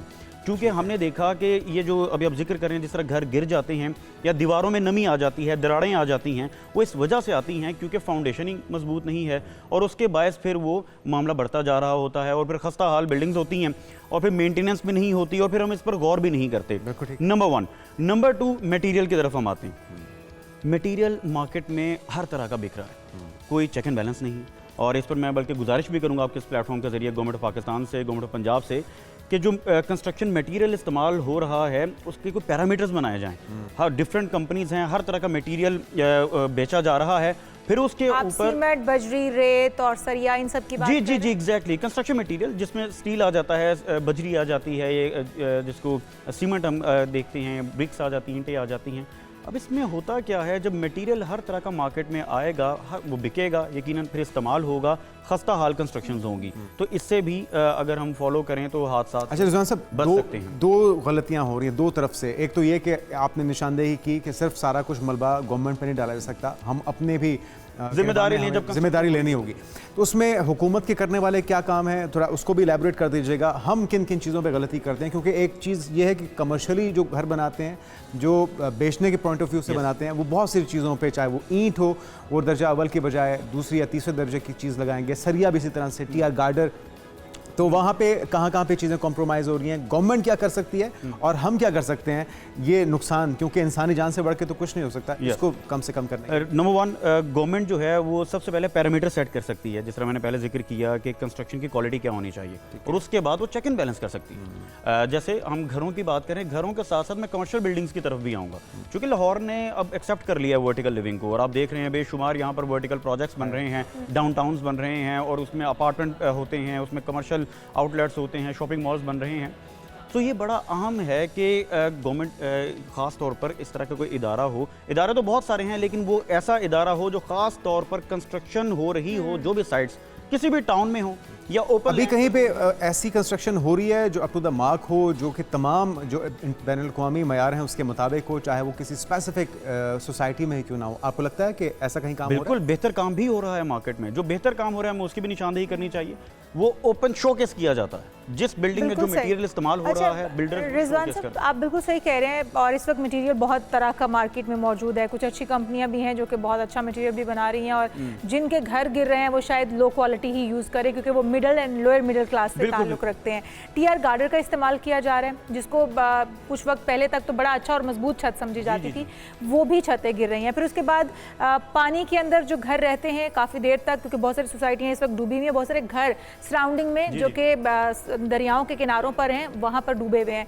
क्या वो रहने काबिल रहेंगे और उनके लिए क्या कुछ करना होगा, उनको खुश किस तरह से किया जा सकता है, और फिर भी क्या वो रहने काबिल हो जाएंगे? दोनों पॉइंट्स बताइएगा, टीआर गार्डर भी। और बिल्कुल मैंने जो पहले अभी सवाल आपने किया उसको भी कंटिन्यू करता जाऊँ और आपकी तरफ आता हूँ। आपने कहा कि गवर्नमेंट की क्या जिम्मेदारी है वो बताएं। जो हमारी जिम्मेदारी है वो ये है कि हम अंडरस्टैंड करें कि मटेरियल कौन सा बेहतर है। सोशल मीडिया का दौर है, डिजिटल दौर है, आपको अंदाज़ा हो जाता है कौन सा मटेरियल। और फिर आपने जब करोड़ों रुपए का घर बनाना है या बिल्डिंग बनानी है तो आप इंजीनियर्स भी हायर कर सकते हैं, आप कंसल्टेंसी इसकी ले सकते हैं। नॉर्मली यही होता है ना कि हम पैसा लगा देते हैं लेकिन वो बेहतर तरीके से नहीं इन्वेस्ट कर पाते क्योंकि कंसर्न पर्सन के साथ हम अटैच नहीं होते। सो एक ये मेरा सजेशन है कि जब भी इन्वेस्टमेंट करें, जब भी कंस्ट्रक्शन करें तो रेलेवेंट फील्ड से इंजीनियरिंग टीम को साथ हायर जरूर करें, नंबर 1। नंबर 2, जिस तरह भी आपने जिक्र किया कि सैलाबी इलाके हैं और घरों में पानी आ चुका है, बहुत सारी अफसोसनाक ये खबर है और हम दुआगो भी हैं उन लोगों के लिए। मगर मेरा सजेशन ये होगा कि जैसे ही पानी ख़त्म होता है या कम होता है, ड्रेन होता है, सबसे पहले प्रॉपर चेक करवाएं, कंस्ट्रक्शन टीम को बुलाएं, किसी इंजीनियर को बुला लें, क्योंकि होता ये है कि हमें बज़ाहिर लग रहा होता है कि घर मजबूत है, कोई नुकसान नहीं हुआ, मगर घर की जो दीवारें होती है उसकी जो बेस होती है वो ख़राब हो चुकी होती है। अब उसकी वजह से क्या होता है, चूँकि वाटर प्रूफिंग नॉर्मली करते नहीं हैं तो हम वाटर प्रूफिंग स्टिल कर सकते हैं। ये बहुत कम लोगों को अंदाज़ा होगा। कैसे? वो ऐसे कर सकते हैं कि जो हमारी दीवारें होती हैं ये बैरूनी दीवारों पर भी वाटर प्रूफिंग होती है, यानी ये प्लास्टर के जरिए होती है, इसकी कोटिंग होती है। नॉर्मली कंस्ट्रक्शन के दौरान ही ये वाटर प्रूफिंग की जाती है, मगर बहुत सारे लोग ये नहीं करते। और आपने देखा होगा जब लास्ट ईयर जब ये सैलाब आया था बहुत सारे घरों का नुकसान हुआ, और जब ये मामला क्लियर हुए और अंदाज़ा हुआ कि जो करोड़ों रुपए की कंस्ट्रक्शन की थी और नए घर थे वो खस्ता हाल हो गए। लिहाजा उनके लिए सजेशन ये है कि सबसे पहले वो ये करें कि जो उनकी ख़ास तौर पे छत से ऑनवर्ड बेस तक वो जायज़ा लें अपने घर का खुद, जहाँ पर उनको किसी भी किस्म की कोई दीवार गीली नज़र आ रही है या कोई दरार नज़र आ रही है, या घर का, मैं आपको एक और बात बताऊँ कि इस तरह भी होता है, ये भी केसेस आते हैं कि घर की जो दीवार है वो ज़रा टेढ़ी हो जाती है, मतलब झुकाव होने लग जाता है घर का, और हम तवज्जो नहीं देते। कराची में बेशुमार ऐसे केसेस हमने देखे, आए दिन वहाँ बिल्डिंग्स गिरती हैं और चूँकि हम गौर नहीं करते और वो इतनी खस्ता हाल बिल्डिंग होती है, जब वो गिरती है तब हमें होश आती है। और ये हम माजी में देखते आ रहे हैं, गुज़िश्ता कई दिहाइयों से देखते आ रहे हैं, लेकिन लाहौर में बनिस्बत कराची चीज़ें बेहतर हैं, ये इस चीज़ पर गौर किया जाता है। रिजवान भाई, एक और चीज़ ये है कि आपने सारी चीज़ें बताई हैं, बिल्कुल ये समझ में आती हैं कि इस पर अमल किया जाए तो ये मुमकिन हो सकता है, लेकिन कॉस्ट इफेक्टिव भी हो। एक आम आदमी एग्जैक्टली मुलाजमत पेशा बंदा जो कि सारी ज़िंदगी भर की जमा पूंजी है, वो ना तो प्रोफेशनल्स को हायर कर पाता है, ना वो बेहतरीन किस्म का सरिया लगा पाता है, ना ईंट लगा पाता है। तो कॉस्ट इफेक्टिव भी हो, मजबूत भी हो और वो रिस्की ना हो। ये तो आपने सवाल में ही अपने मुतालबा कर दिया जो मैं आज बात करने भी आया हूँ। कैसे मुमकिन है? इस पर देखिए कि जैसे जैसे डीजल बढ़ रहा है, जैसे जैसे पेट्रोल बढ़ रहा है, सीमेंट बढ़ रहा है, हर चीज़ बढ़ रही है, फिर तो मैं तो इसको माफिया कहता हूँ। क्योंकि आप देखिए कि अगर मैं आपको ज़ाती तौर पर अपना एक्सपीरियंस बताता हूँ, मेरा अपना ज़ाती प्रोजेक्ट एक हायर बन रहा है, तो हमने सीमेंट परचेज़ किया, पैसे दे दिए, पेमेंट हो चुकी है, रात को डीजल बढ़ जाता है और अगले दिन जो स्टील होता है वो गोदाम से बाहर ही नहीं आता कि जनाब डीजल बढ़ चुका, रेट बढ़, ऑल दो डील हो चुकी है, यानी इस हद तक मजबूत है। ये सोल्यूशन क्या है? गवर्नमेंट सोल्यूशन यकीनन देखिए, ये जो इंडस्ट्री की बात आ गई ना, अब इंडस्ट्री को कंट्रोल तो गवर्नमेंट करेगी, तो इस पे हम रिक्वेस्ट यही करेंगे कि ख़ास तौर पर इसमें स्टेबिलिटी की ज़रूरत है। जैसे हम कहते हैं पेट्रोल डीजल में स्टेबिलिटी की प्राइसेस में ज़रूरत है, इसी तरह जब उसमें स्टेबिलिटी आएगी मटेरियल कॉस्ट में भी स्टेबिलिटी आ जाएगी। आसान हल है, नंबर 1। नंबर 2, आम आदमी के लिए जब हम बात करते हैं, जो बिल्कुल लेमैन है उसको नहीं पता कि घर में कंस्ट्रक्शन कैसे होती है, उसको अंदाज़ा ही नहीं है कि मटेरियल कौन सा बेहतर होता है। सो एक छोटी सी, इनफैक्ट मैं कोशिश ये करूँगा कि नेक्स्ट टाइम मैं लिस्ट लेके आऊँ और वो हम डिस्प्ले करें, जिसमें हम बताएंगे कि कौन सी ऑप्शंस हैं स्टील में, क्या आपने कौन सा इस्तेमाल करना है, कौन सा सीमेंट। जैसे कि हम वाटर प्रूफिंग का जिक्र कर रहे हैं तो best way cement water proofing coating मिलती है, मैं इसका नाम ले लेता हूँ एक एग्जांपल के तौर पे। यानी आप जाकर सिर्फ सीमेंट की शॉप पे ज़ाती तौर पर जाएं और पता करें कि वाटर प्रूफिंग के लिए कोटिंग्स कौन कौन से मौजूद हैं, कौन सी बेहतर है। जब इंफॉर्मेशन हमें खुद नहीं होगी फिर तो वही बात है जिस तरह अभी आप जिक्र कर रहे थे कि कुछ भी आपके थोड़ा साथ सा किया अगर जाएगा हम और इलाकों का investor- तस्करा कर दें, क्योंकि हम कंपनीज को तो नहीं हाईलाइट कर सकते, वो फिर उनकी प्रमोशन हो जाएगी और हमारे कुछ बंदिशें भी हैं। किस इलाके की रेत सबसे बेहतर है घरों की तामीर के लिए, जिसकी पकड़ बेहतर हो?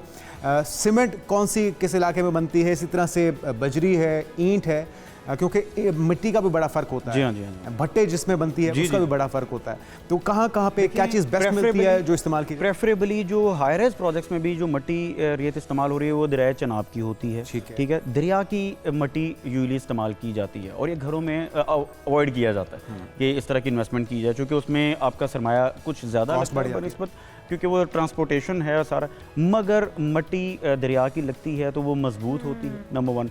सीमेंट का जैसे आपने जिक्र किया, देखिए मैं ज़ाती तौर पर ये समझता हूँ कि मैन्युफैक्चरिंग ये जगह हो रही है ना, तो वहाँ पर उसके बाद ब्रांड्स डिस्ट्रीब्यूट कर देते हैं। लेकिन आप सेटअप पे जाएं जहाँ पर ये काम हो रहा है, जैसे ईंट है, अव्वल ईंट इस्तेमाल करनी चाहिए हमेशा। अव्वल ईंट हम सुनने में आता है कि अव्वल ईंट बेहतरीन क्वालिटी, और वो कितने की मिल रही है इस वक्त करंटली? डिफरेंट रेट्स हैं, अव्वल ईंट के डिफरेंट रेट्स हैं। मैं कोड इस तरह नहीं कर रहा क्योंकि हर घंटे के बाद प्राइस चेंज होती है यहाँ पर। सीमेंट का देखिए, हमें 1500 की बोरी मिलती थी, इस वक्त 1750 रुपये की, और ये भी शायद ना मिले इस रेट। इसी तरह ईंट का रेट है। ईंट का आप देखिए कि मैंने ज़ाती तौर पर 11,000 में 11,000 के अगेंस्ट 1,000 ईंट आती है। ठीक है, मैं एक एग्जांपल दे रहा हूँ। ठीक है, वो इस वक्त आपको 14,000 15,000 इस तरह से मिलेगी। फिर वो क्वालिटी पर भी कंप्रोमाइज़ होता है। सो ये वो चीज़ें हैं, जब तक इन्वॉल्व नहीं होंगे ना कंसर्न इदारे, तब तक मुश्किल रहती है। रिजवान साहब, जो बात आप कह रहे हैं वो हमारे पाकिस्तान में वही तरीका का राज है, बल्कि हमारे हमसाय ममालिक में भी, कि हम सीमेंट, बजरी, रेत, ईंट इसी से घर बनाते हैं। बट अगर हम कुछ दीगर ममालिक की बात कर लें जहाँ पर डिफरेंट मुतबादल इस्तेमाल किए जाते हैं और घरों की कंस्ट्रक्शन भी बड़ी मजबूत होती है, तो अगर हम सैलाबी सूरत हाल से निमट रहे हैं और हर साल मौसमियाती तब्दीलियाँ ऐसे ही रहेंगी, पानी भरता रहेगा और फिर हम हर साल इसी तकलीफ से गुजरते रहेंगे, तो क्यों नहीं हम किसी मुतबादल पर शिफ्ट हो सकते?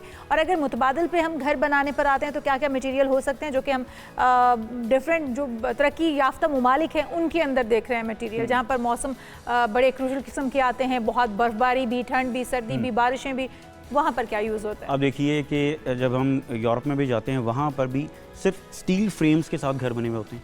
ठीक है, उसका नुकसान नहीं होता।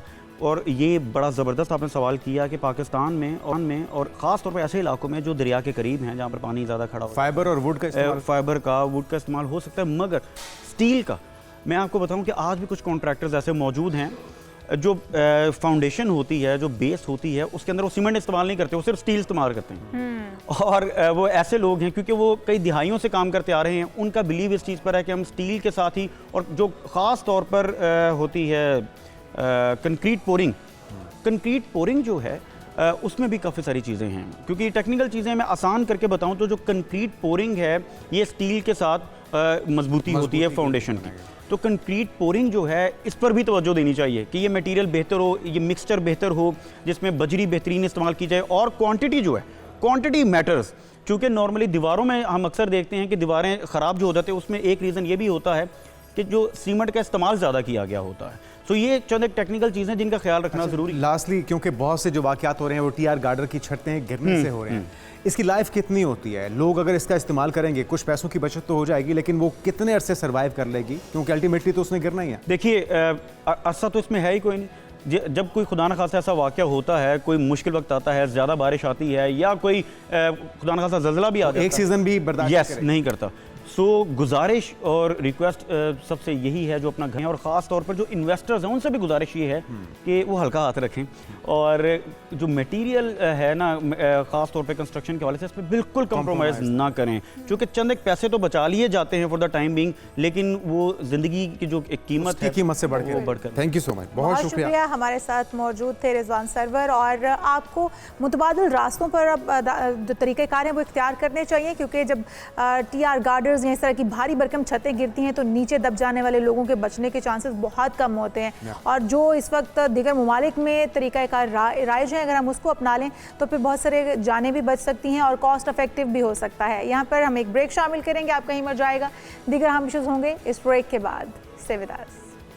हम एक बार फिर से आपको खुशामदीद कहते हैं नाज़रीन। और आज के दौर में कम लागत से एक अच्छा बिजनेस किस तरह से स्टार्ट किया जा सकता है, बहुत सारे लोग इस इंतज़ार में रहते हैं कि कोई आए और उनका बाजू पकड़े और उनसे शुरुआत करवाए, या फिर उनको सपोर्ट करे, या फिर उनको इतना पैसा फ्राहम कर दे कि वो आगाज़ कर सकें। लेकिन आज का सेगमेंट उन लोगों के लिए जिनके पास वसाइल कम है लेकिन जज्बा जो है वो अंदर मौजूद है, उनके अंदर करेज मौजूद है कुछ कर दिखाने की और शुरुआत करने की, तो फिर वो आज का सेगमेंट ज़रूर देखें। बिल्कुल, और इसके लिए हमारे साथ मौजूद होंगे मोटिवेशनल स्पीकर हैं, लाइफ कोच हैं उमैर जलियांवाला। उमैर भाई, आप वेलकम कहेंगे पाकिस्तान मॉर्निंग में। ये हर मेरे ख्याल में शख्स का, सिर्फ पाकिस्तान में नहीं बल्कि पूरी दुनिया में हर शख्स का बुनियादी सवाल यही है, ये ख्वाहिश यही है कि कम पैसों में अच्छा कारोबार कैसे किया जा सकता है, अच्छी आमदनी को कैसे यकीनी बनाया जा सकता है। ये दीवाने का ख्वाब है या वाकई में ऐसा मुमकिन भी है? क्योंकि स्किल्स या सलाहियतें तो बहुत हैं नौजवानों में, लेकिन उनके लिए सरमाया नहीं है और वो कुछ कर नहीं पाते। आपने बहुत ही अस्सलामुअलैकुम, आपका बहुत शुक्रिया मुझे दावत देने के लिए। लेकिन आज आपका खास शुक्रिया क्योंकि आज मैं बहुत ही खास आदमी हूँ उसका जवाब देने के लिए, क्योंकि मैं एक जो इदारा बना रहा हूँ उसका नाम ही मैंने ये रखा है सिफर से।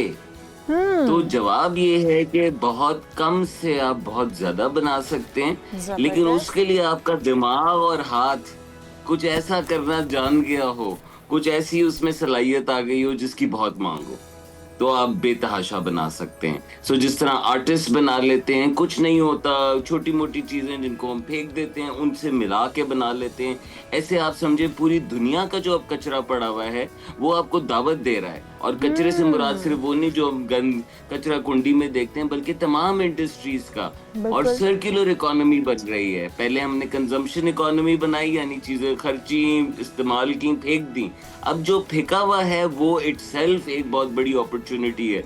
सो आप अगर अपना दिमाग हाथ लड़ाएं तो कुछ ना होते हुए बहुत कुछ। इसी तरह डिजिटल दुनिया में सिर्फ एक लैपटॉप लेके लोगों ने, आप देखें क्या कुछ बना लिया। एक फोन की ताकत से उन्होंने बड़े बड़े स्टूडियोज को बीट कर दिया। तो जी, आप अगर अपना जहन लगाएंगे और मेहनत करेंगे, ऑर्डिनरी नहीं करें, वो नहीं करें जो सब कर रहे हैं, वो ढूंढें जिससे आपका दिल लगता है, वो करें जिसकी अब मांग बढ़ रही है, और दिल से करें, निभाएं, तो जरूर आप उस पर बना सकेंगे। बिल्कुल सही। अच्छा उमैर भाई, यहाँ पर तो कारोबार भी इस तरह से शुरू होते हैं कि फ़लाँ ने ये काम किया था, बहुत अच्छा चला है तो मैं भी इसका आगाज़ कर लेता हूँ। फ़लाँ ने ये काम शुरू किया था, उसमें बहुत मुनाफा मिला तो मैं भी ये शुरू कर लेता हूँ। यहाँ पर तो देखा देखी, दूसरे का मुँह लाल देख के अपना भी लाल कर लिया जाता है। तो फिर इस तरह के लोगों को किस तरह से इस तरफ राग़िब किया जाए कि कुछ नया करें, कुछ यूनिक, कुछ डिफरेंट करें और ऐसा कुछ करें जिसमें आपका दिल चाहता है, आमादगी आपका दिल जाहिर करता है, वही काम करें। और फिर जिस तरह से आपने जिक्र किया कि ज़ीरो से शुरू होने वाले बहुत सारे काम हैं और आप इसके लिए लोगों को उनके जहन भी बनाते हैं, उनको इस तरफ राग़िब करते हैं, वो कौन कौन से काम हैं? अगर निशानदेही कर दें, थोड़ा पॉइंट आउट करते हैं उनको। जी देखें, बुरा नहीं होता लोगों की बात लोगों की बात सुन लेना या ना सुनना, आपकी अपनी इवैल्यूएशन होनी चाहिए। जब किसी चीज की तरफ मार्केट जा रही होती है तो मार्केट के कुछ लोग उस तरफ कदम बढ़ाते हैं और बाकी लोग अगर वो देखते हैं तो वो फिर दूसरे लेवल पे अपनाते हैं, फिर तीसरे लेवल के। सो कोई इसमें प्रॉब्लम नहीं है, लेकिन यकीनन लोग अपनी आवाज़ खो देते हैं और जिस चीज़ को वो करना चाहते हैं वो नहीं करते जब वो सिर्फ ट्रेंडिंग काम करते हैं। तो मिजाज की भी बात है, कुछ लोग सिर्फ काम को काम के लिए करते हैं, कुछ लोग अपने काम से बहुत कुछ और भी हासिल कर रहे होते हैं, अपनी और भी तवानाई उसमें डाल रहे होते हैं। तो अपना मिजाज समझें, अपनी मार्केट समझें, जो आपको आवाज़ आ रही है उसको इवैल्यूएट करें कि क्या ये एक ट्रेंड है, क्या इसने लास्ट करना है, क्या आप इसको करते हुए खुश होंगे। अगर चेक लगे तो ज़रूर करें। आपके साथ और मिसालें भी जारी हैं, वाई नॉट। लेकिन बाज़ मरतबा हमने देखा है कि पाकिस्तान में सारे लोग करना शुरू कर देते हैं। कोई एक चीज़ मशहूर हो जाए तो वो सारे एक दूसरे की मार्केट ही ख़राब कर देते हैं। यानी सब फिर कर तो लेते हैं लेकिन फिर रेट वैसे नहीं रहते। इसलिए कहते हैं कि जब आप शुरू कर रहे हो तो आप मुनफरिद करें। बिजनेस में कहते हैं आपका यूनिक सेलिंग प्रोपोजिशन, प्रोडक्ट आपका कुछ ऐसा ऑफर करे जो कोई और प्रोडक्ट ना ऑफर करता हो। और सर्विस के ज़माने में आप और मैं अंगूठा लिए हुए, आपकी दी हुई सर्विस आपके अंदाज में कोई और नहीं ऑफर करता, आपका आर्ट। तो अब इन दोनों चीज़ों को मिलाने की ज़रूरत है। क्या ऐसे काम हैं जो कि आप बहुत ही, मैं कहता हूँ कि आप ज़ीरो से शुरू कर सकते हैं। एक तो उसमें एग्रीकल्चर की पूरी स्कीम आपको दावत दे रही है। पाकिस्तान के अंदर बहुत ही एडवांटेज है, पाकिस्तान के अंदर सीजन्स का एडवांटेज है। मैं क्योंकि इस काम में पढ़ा हूँ तो मैं सबको बोलता हूँ कि इस मुल्क की स्ट्रेंथ को ना छोड़ें। एज अ साइड हसल ही उठा लें। इस वक्त बारिश का मौसम है, ये एक एडिशनल मौसम होता है पाकिस्तान में ग्रोथ का, प्रोपगेशन का। सो ये तमाम काम आप जानती हैं बीच से शुरू होने वाले बहुत ही कम मांगते हैं लोग, इनमें बहुत ज्यादा माल बनाना चाहते हैं। तो मैं कहता हूँ आप ज्यादा माल भी बना लीजिएगा, आप एकड़ों ले लीजिएगा एक दिन, थोड़े से शुरू करने में लोगों को लगता है कम है। सो एग्रीकल्चरल स्कीम है, दूसरा पूरी डिजिटल स्कीम है। इसकी जितनी सलाहियत हमने पिछली आधी दिहाई में सुनी है वो ज़रूर आप ज़ीरो से कर सकते थे, लेकिन मैं उस वक्त भी उसका क्रिटिक रहा कि बच्चे को सिर्फ फ्रीलांसर बना देना या एक दुकान चलाना सिखाना उसकी ज़िंदगी का मकसद नहीं होना चाहिए। तो बड़ा केयरफुल होना चाहिए कि आप डिजिटल दुनिया में कुछ ऐसा तो नहीं करें जो कि ख़त्म हो जाएगा, ऐसा तो नहीं करें जो कि वक्ती आमदन तो ले आए लेकिन बाद में आपको उसका चस्का भी लग जाए और बाद में वो होना ही ना हो। कुछ ऐसा करें डिजिटल दुनिया में जो कि लास्ट करे, क्योंकि डिजिटल दुनिया ज़्यादा जल्दी आती जाती है। फिर तीसरा, बहुत सारे तिजारती काम होते हैं। देखिए आपका शहर, अगर कराची शहर में कहते थे सुबह 4 बजे चले जाओ मछलियां उठा के ले आओ, तो 12 बजे से पहले सारी बिक जाएंगी और डबल कीमत में बिकेंगी। तो कुछ काम सिर्फ ऐसे होते हैं कि आप बाहर से ले आए और अपने इलाके में मैसर करें। अगर आप गांव देहात में हैं तो आज भी बहुत सारी चीजें नहीं है जो लोगों की मांग है। आप शहर में हैं तो शहर में भी बहुत सारी ऐसी चीजें चाहिए जो कि शहर से दूर हैं, ऑर्गेनिक से लेके इस तरह जो मैंने इशारा किया। और तीसरा, इम्पोर्टेड, अगर आप थोड़ा सा भी इन्वेस्टमेंट का मार्जिन रखते हैं तो बहुत सारी चीजें लोग बाहर से लेकर आते हैं, खिलौनों से लेके क्या कुछ नहीं आप जानती हैं। तो ये ऐसे काम होते हैं जिसमें अब आप कहेंगे कि इसमें इन्वेस्टमेंट लगाना, कुछ जगहों पे आपकी इन्वेस्टमेंट होती है, कुछ जगहों पे आप सिर्फ उसके ट्रेडिंग पार्टनर होते हैं। बिल्कुल सही। यानी आपने एक हाथ लिया दूसरा हाथ दिया, जैसे real estate agent. So middle man वाले भी बेतहाशा काम होते हैं। बहुत ही जबरदस्त आइडियाज आपने दिए हैं उमर भाई, सकते हैं। इसमें कोई शक नहीं है। लेकिन मैं चाहूँगा कि हमारी जो बच्चियाँ हैं, हमारी हाउस वाइफ्स हैं, हमारी ख़वातीन हैं, उनकी ये बाउंडिंग होती है या मजबूरी होती है कि वो घर के अंदर रहते हुए कुछ करना चाहती हैं। तो अब AI का दौर है, ग्लोबल विलेज बन चुकी है पूरी दुनिया, इंटरनेट के ज़रिए, मोबाइल्स के ज़रिए, टैब्स के ज़रिए। तो वो घर में बैठे हुए कौन कौन से काम कर सकते हैं? अगर 4-5 मिसालें आप दे दें जो कि सरमाया भी कम से कम लगे और किसी की वो डिपेंडेंट भी ना हो। एक तो बहुत ही ज़बरदस्त कर रही हैं ख़वातीन, और उसको होम शेफ्स के तौर पे शुरू करके उन्होंने अपने रेस्टोरेंट्स और ब्रांड्स बना लिए हैं। तो ख़वातीन की भी ये, उनको हमने बचपन से इस काम पे डाला हुआ होता है तो उनकी महारत होती है और माँ का जायका जो है ना रिफाइन हो गया होता है मुसलसल फीडबैक ले लेके उसी लम्हे फीडबैक देते हैं ना बच्चे। तो उसमें हर घर में खास जायके छुपे हुए हैं, सही बात। प्लीज खास मसाले छुपे हुए हैं। आप अगर किसी कल्चर, खास कल्चर्स के अंदर खास खाने सेलिब्रेट किए जाते हैं, आज के दौर में आप उन्हें बड़ी आसानी से बेच सकते हैं। आपको सिर्फ पकाने की जरूरत है, पकाएं भी थोड़ा टाइम, उसके बाद किसी को साथ मिलाएं, वो आपको पका के दे सकती है। नंबर 2, ख़वातीन की, क्योंकि बहुत सारी जो हमने सलाहियतें देखी हैं रिसेंट पास में, उसमें बेशुमार डिजिटल मार्केटर्स बनी, बहुत अच्छा काम करती हैं सोशल मीडिया के ऊपर, बहुत सारे क्लाइंट्स का काम मुमकिन बनाती हैं। आज के दौर में वो काम बड़े हो गए, सिर्फ एक काम नहीं रहा। तो कम्युनिकेशंस के जो काम है, मार्केटिंग के जो काम है, वो बेतहाशा मैंने देखे कि लड़कियों ने अपने घरों पे बैठ के निभाए। इसी तरह जब ये ई-कॉमर्स का चला तो उन्हें लोग चाहिए। फिर मैं आपको एक और तरफ ख़वातीन इशारा करना चाहता हूँ कि आजकल ज़्यादातर इदारे, तकरीबन ज़्यादातर टेक इदारे रिमोट वर्कर्स को हायर करना चाहते हैं। यानी वो लोगों को अपने दफ्तरों में नहीं बिठाना चाहते। लोग दफ्तर में आते हैं, ट्रांसपोर्टेशन होती है, बैठने की कीमत है, यूटिलिटीज हैं। आज के इदारे वो नहीं लेना चाहते। इदारे बहुत खुश हैं अगर आप घर बैठे हुए काम करते हैं। उन्होंने ऐसे सिस्टम बना लिए हैं जिसमें उन्हें सारे काम टूट जाते हैं और आप कर सकती हैं। तो आप प्लीज रिमोट वर्क सर्च करें, और जब आप सर्च करेंगी तो आपके सामने बहुत सारी अपॉर्चुनिटीज आ जाएंगी। फिर आप जीरो से आगाज भी कर सकते हैं, और अगर आपके पास सरमाया नहीं है तो आप बिना सरमाए के भी अपने घर से आगाज कर सकते हैं।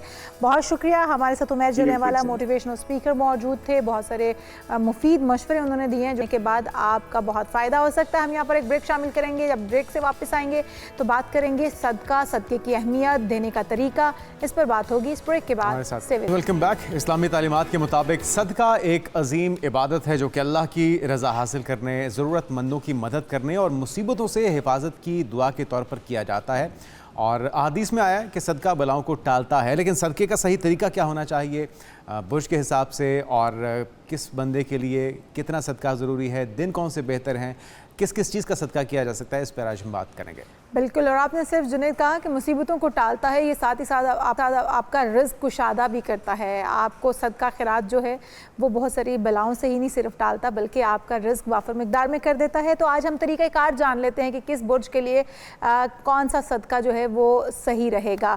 तो हमारे साथ सैयद सिकंदर रिजवी, स्कॉलर, माहिर इल्म नजूम भी मौजूद हैं। वेलकम टू शो कहेंगे आपको, और आप हमारी रहनुमाई कीजिएगा। सदका वैसे तो सबसे अफजल इबादत करार दिया गया है और हर बंदे को हस्बे तौफीक सदका खैरात करते रहना चाहिए। उसकी बलाएं भी चलती हैं, मुसीबतें भी दूर होती हैं उससे, और फिर साथ ही साथ उसके रिस्क में अल्लाह ताला जो है वो बहुत ही वाफर मिकदार में उसे रिस्क भी अता करता है। तरीक़ाकार क्या हो सकता है, किस तरह से हम सदका दे सकते हैं, और क्या कोई मखसूस सदकात होते हैं बुरूज के हिसाब से? बिस्मिल्लाहिर्रहमानिर्रहीम। बहुत शुक्रिया, आपने बड़ा अच्छा सवाल किया, और मैं इस जवाब के अंदर लोगों को इस्लाह करना चाहेंगे। सबसे पहले तो इस्लामी एतबार से, चूँकि मैं एक इस्लामिक स्कॉलर भी हूँ, तो कुरान व हदीस के अंदर किसी बुर्ज का कोई मखसूस सदका मुकर्रर नहीं है, बल्कि आका करीम सल्लल्लाहु अलैहि वसल्लम की अहादीस मुबारका में आया है कि सदका, जैसा कि आपने बताया कि बलाओं को टालता है, आपके रिस्क को तोसी करता है, इजाफ़ा करता है। इसी तरह जो सदका है, दो लफ्ज़ हैं, एक है सदका, एक है असदका, यानी आपका जो हक महर होता है ना, उसको भी हम सदका बोलते हैं। लेकिन इस्लाम के अंदर तीन चीज़ें हैं कि अपना इलाज जो है वो सदका से करो, सदका, फिर है अपना इलाज दुआ से करो। एक है दुआ मांगे जाने वाली, एक दवा जो मेडिसिन जिसको हम कहते हैं। यानी सदका तीन किस्म का है, यानी आप दुआ करके भी बेहतर कर सकते हैं, दवा यानी मेडिकली तौर पे भी, और अपनी दुआ से भी। तो अब अगर मैं चूँकि आलिम सदका हूँ, तो हर बुर्ज को किस तरह, अब इंसान की जब तबीयत ख़राब होगी, जैसा कि उसकी तबई कुछ मामलात हो जाते हैं, तो उसके लिए कौन सा सदका बेहतर है। अगर उसके हालात जो है ख़राब हो गए हैं, उसके लिए सदका क्या जो है वो बेहतरीन होगा। वन बाय वन अगर आप इसको जी, मैं इसको मैंने तमाम बुरूज के अंदर इखलाकी भी और इस्लाह नफ्स भी जिससे हो जाए वो सदका जो है रिकमेंड किया है। जैसा कि बुर्ज हुमल वालों को चाहिए, अगर एक बंदे का उसको पता चल गया कि मेरा बुर्ज हुमल है, तो इसके लिए जो बेहतरीन मुआशरती हमारी जो ज़िम्मेदारी है, और जिससे खिदमत इंसानियत भी हो जाए और आपकी इस्लाह नफ्स भी हो जाए, बुर्ज हुमल के लिए बेहतरीन सदका ये है कि वो गरीब मज़दूरों को अगर वो खाना खिला देता है, ठीक है, तो ये बुर्ज एरीज़ वालों का, बुर्ज हुमल वालों का बेहतरीन सदका करार पाएगा। दोनों सूरतों में फ़ायदेमंद होगा, फिजिकली भी और यानी अगर आपकी तवील बीमारी है, अगर आपके जिस्म में कोई बीमारी है, ठीक है, तो बीमारी भी दूर होगी, और आपको यानी कि मुआशरती एक जिम्मेदारी भी पूरी हो गई, और उसने बेहतरीन सदका निकाल दिया। इसी तरह अगर हम बुर्ज सौर की बात करें, तो माली मदद करना बहुत इनके लिए बेहतर रहेगा। 2026 भी और 2027 में अगर ये किसी बेवा को राशन डाल दें, जैसे मिक्स दालें होती हैं, इस तरह की चीज़ें इनको डाल दें, तो इनके लिए बुर्ज सौर वालों के लिए बेहतरीन सदका है। इससे उनकी इस्लाह नफ्स भी हो जाएगी और उनकी खिदमत भी जो है वो बेहतरीन हो जाएगी। इसी तरह यहाँ पर एक रूहानी पैगाम भी है कि अपनी ताकत को दूसरों की खिदमत में लगाएं, यही आपकी असल कामयाबी है। इसी तरह बुर्ज सौर की मैंने जैसा कि बात कर दी, बुर्ज जोज़ा पर हम आते हैं, यानी जमेनाए वाले क्या करें। इनका जो चूँकि मिजाज अल्लाह ताला ने जमेनाई वालों का गुफ्तगू, इनकी जो है जहानत, इनकी जो है वो खासा माना जाता है, ठीक है। तो इनके लिए बेहतरीन सदका ये है कि ये किसी को कुरान का तोहफ़ा दे दें, या कोई दीनी किताब का अगर तोहफ़ा देते हैं, तो बहुत इनके लिए मानी खेज़ भी होगा, मुफीद होगा, और ये इनके लिए यानी रूहानी पैगाम इसमें यह है कि सबसे कीमती सदका वो है जो इल्म जो नस्लों तक फ़ायदा दे। तो इसलिए ये किताब का भी कोई तोहफ़ा दे सकते हैं, कुरान मजीद भी किसी मदरसा में, या किसी बच्चे ऐसे को जो अभी नौमौलूद कुरान मजीद की तरफ आ रहा है, तो उसको कुरान का तोहफ़ा दे सकते हैं। इसी तरह अगर मैं बुर्ज सरतान की बात करूं, कैंसर वालों की बात करूं, तो इनका जो मिजाज है ये ख़ानदान, मोहब्बत और जज्बात से जुड़ा ठीक है। इसी तरह इनका जो बेहतरीन सदका है, यतीम बच्चों की अगर ये कफालत कर लें, ठीक है, तो इनके लिए बेवा ख्वातीन है जैसा कि उनकी मदद कर दें। इसी तरह बीमार की अगर कोई हॉस्पिटल में एडमिट है तो उनकी अयादत करने जाए और उनको खाना रिजवी साहब थोड़ी सी स्पीड भी फास्ट कीजिएगा क्योंकि टाइम की कम। जी ओके, मैं फास्ट कर लेता हूँ। तो घर में खाना बनाकर मदद ये कर सकते हैं। इसी तरह बुर्ज असद वालों की अगर हम बात करें तो इनका मिजाज इज़्ज़त, क़ियादत और एतमाद का होता है। तो इनके लिए जो बेहतरीन सदका है, गरीब तालिब इल्म की फ़ीस अदा कर दें तो इनका सदका हो जाएगा। मस्जिद की खिदमत कर दें, नौजवानों की तरबियत में जो पैसा लग रहा है अगर वो लगा दे तो बेहतर है। इसके अंदर रूहानी पैगाम ये है कि असल क़ियादत खिदमत से पहचानी जाती है। इसी तरह बुर्ज सुमला की अगर हम बात करें तो इनका बेहतरीन सदका ये है कि मरीज़ों को दवाई का इंतज़ाम कर दें, इनके लिए बेहतरीन है। सफाई के मंसूबों पर हिस्सा ले लें, बुज़ुर्गों की खिदमत कर लें तो इनका ये बेहतरीन सदका है। बुर्ज मीज़ान की अगर बात की जाए तो अल्लाह रब्बुल इज़्ज़त ने इनको इंसाफ और तवाज़ुन से जो है नवाजा है। नाराज़ लोगों में सुलह करवा दी जाए तो इनका बेहतरीन सदका है। मज़लूम की कानूनी या अखलाकी मदद कर दें तो बुर्ज लिब्रा वालों का ये सदका निकल जाएगा। बुर्ज अकरब की बात करते हैं, स्कॉर्पियन वालों की, तो इनके लिए बेहतरीन ये है कि पानी का कूलर लगवा दें मस्जिद में या अपनी गली में, तो इनके लिए बेहतर है। ठीक है। याद रहे कि मुसाफिर के लिए भी अगर ये पानी का इंतज़ाम करते हैं तो 2026 और 27 इनका बड़ा बेहतर गुजरेगा। इसी तरह बुर्ज कौस की हम बात करते हैं तो इसमें किसी गरीब तालिब इल्म के लिए ट्रांसपोर्ट का एहतमाम कर दें, यानी जो माजूर हैं, जो स्कूल या व्हील चेयर किसी को ले दें तो इनके लिए बुर्ज कौस वालों के लिए बहुत अच्छा सदका माना जाएगा। इसी तरह बुर्ज जद्दी वालों के लिए, जिनको कैप्रिकॉन कहा जाता है, अगर किसी के लिए योमिया यानी चंद रुपए, 51 रुपये या 90 रुपये किसी भी बच्चों को या मदद कर दें किसी गरीब की तो इनके लिए बेहतरीन है। इसी तरह बुर्ज दल वालों को यानी एक्यूडिस वालों का, चूँकि इनका मिजाज दोस्ती, समाजी खिदमत करना रहता है, तो साफ़ पानी, व्हील चेयर, इज्तमाही फलाही मुहिम्मात में अगर ये अपना हिस्सा लेते हैं तो इनके लिए बहुत अच्छा है। इसी तरह बुर्ज पाइसिस की हम बात करते हैं, जिनका बुर्ज जो है खूत होता है, तो इनका बेहतरीन सदका ये है कि जानवरों, परिंदों के लिए ये पानी का और दाने पीने का इस्तेमाल करें। इसमें रूहानी पैगाम यह है कि रहमत बांटने वाला अल्लाह की रहमत ज़्यादा मुस्तहिक। बिल्कुल सही, बहुत शुक्रिया।